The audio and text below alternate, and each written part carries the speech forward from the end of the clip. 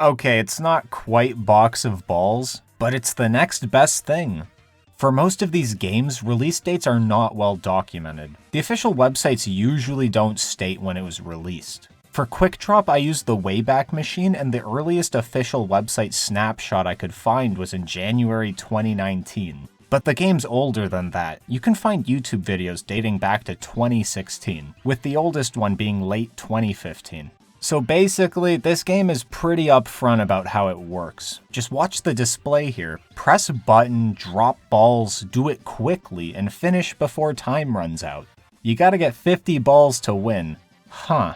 It's a Baytech game and you need 50 in a row. Where have I heard this before? Anyways, the screen even shares the basic strategy of the game. You'll notice in this animation the player is getting 4 balls in every cylinder, which is an accurate representation of the bread and butter strategy for this game. It seems simple enough, but there's a lot more to consider. The ball drop timing needs to be precise with when a cylinder is below the ball dispenser. To ensure you can get 4 balls every time a cylinder rotates, I think you should do this. Play the game while leaning in, but have yourself centered with the cabinet. You want your eye level looking down and watching the oncoming cylinder from the left. This is important because if you have this lined up correctly, all you have to do is watch this little ridge on the top of each cylinder. You'll notice that each cylinder has a black half circle on the top. When the half circles meet, there's this ridge. The moment you see this ridge line up with the center of the A on the Catch All 50 sign, you want to quickly press 4 times.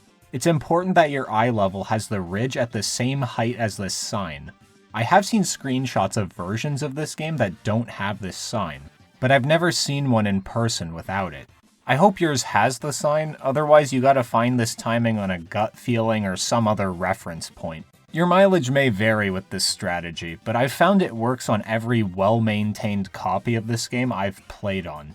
So let's talk about the time limit. The manual states that Quick Drop has a timer that can be adjusted. The game ends the moment 50 balls are dropped, but the maximum time limit can be set between 20 to 30 seconds. The manual has charts for how the ticket amounts can be set based on the number of balls you got, but this is all chump change. We only care about the jackpot, which is important because the jackpot value can increase. The arcade can set the starting payout for this game to be between 50 to 1,000. So this value can go up every time someone loses. This incrementer can be set between 0 to 10. It increases until it hits a jackpot ceiling. The setting for this jackpot cap is identical to the starting amount range. So as more players lose, the bounty for the jackpot will go up. If you've played this game, you may have noticed that the time limit feels more generous when the jackpot bounty goes up. But from a gaming and difficulty point of view, this never made sense to me. Why should the easier game provide more tickets? The manual flat out states that the intended purpose of increasing the time limit on every non-jackpot win is to make the game easier. So all of this time limit and jackpot value stuff is very important because every arcade can set these differently. The optimal but not necessarily the most fun strategy requires you to be a degenerate and wait for casuals to lose money to this game to increase the jackpot bounty. I can't really help you figure out the best time to play this game at your arcade, but knowing the intricacies can certainly help you figure it out. I'll give an example from an arcade I went to before I was making videos. This configuration had the game set at a jackpot floor and ceiling of 600 to 1000, and it would go up by 5 every time someone lost. Since this configuration doesn't exist anymore, I can't go back and confirm how long the timer was set to. I thought this game was incredibly easy to consistently get 4 balls in each cylinder, but some time configurations do not allow this. Some configurations are going to require you to get 5 balls in a rotation. It's not impossible to get 5, but I find this is difficult to replicate consistently. So I stayed away from this game when the time limit required you to do 5 in a rotation. When learning to win on this configuration, I figured out that the moment the jackpot bounty hit 700, it was possible to win on the 4 ball strategy alone. If I played below this, especially when it was closer to 600, I needed to get 5 balls in at least 2 cylinders, and 4 in the rest of them. Mathematically, this makes sense, since 50 balls divided by 4 is going to have a remainder of 2 that will need to get tagged on somewhere. There was also this one janky version of the game that actually had a different motor speed for the rotating cylinders. The manual doesn't have any settings on intentionally adjusting the motor speed, but it has a diagnostic setting that claims to increase the RPM as the motor wears to keep constant carousel speed. This also states that the carousel motor should take 9.9 seconds to do a rotation. I also played this weird version of the game when I wasn't on YouTube, so I don't have any footage of it. But I remember it was slow enough that you could actually get around 6 balls per rotation. But since it was slower, you actually got fewer cylinders to drop balls in during the time limit. I never bothered playing this one because the jackpot ceiling was too low when compared to the rest of the arcade. I have dreaded making this video since day one, because this is easily the game I have the most mixed feelings on. In my experience, this game gets intentionally neglected to make the game harder. The button can wear out over time, and even the ball dispenser can become really scuffed. It will occasionally drop random amounts of balls. That same button press can sometimes drop 0 balls, sometimes 2 balls. In a game with no room for error, this can get really frustrating when you time it correctly but get griefed by faulty hardware.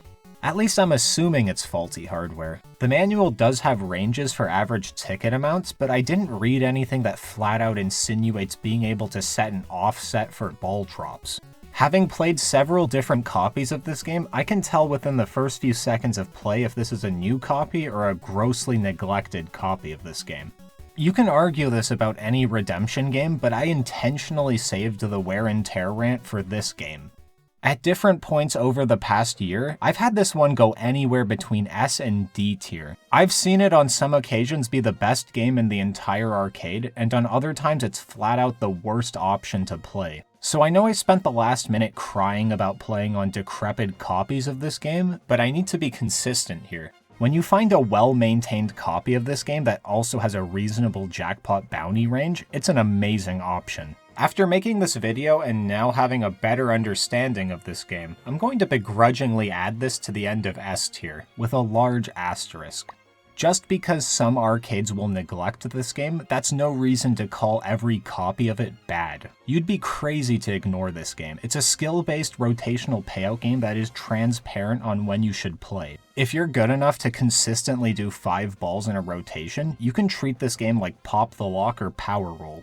But again, the favorability of this game is dependent on how the arcade configures the game. Yeah, I know this might be a controversial take, but I'm not going to dump on the concept of this game just because your local bowling alley won't fix the button on their copy. This extends to every game, but use your judgment and only play on the copies of this game that make sense to do so.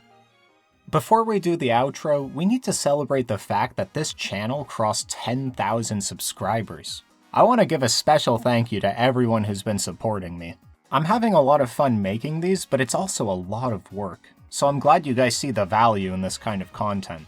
I was originally going to cover one game and move on, but that's no way to celebrate 10k. We've got a double feature here. If this wasn't the ball dropping game you wanted to see, then check out the other video.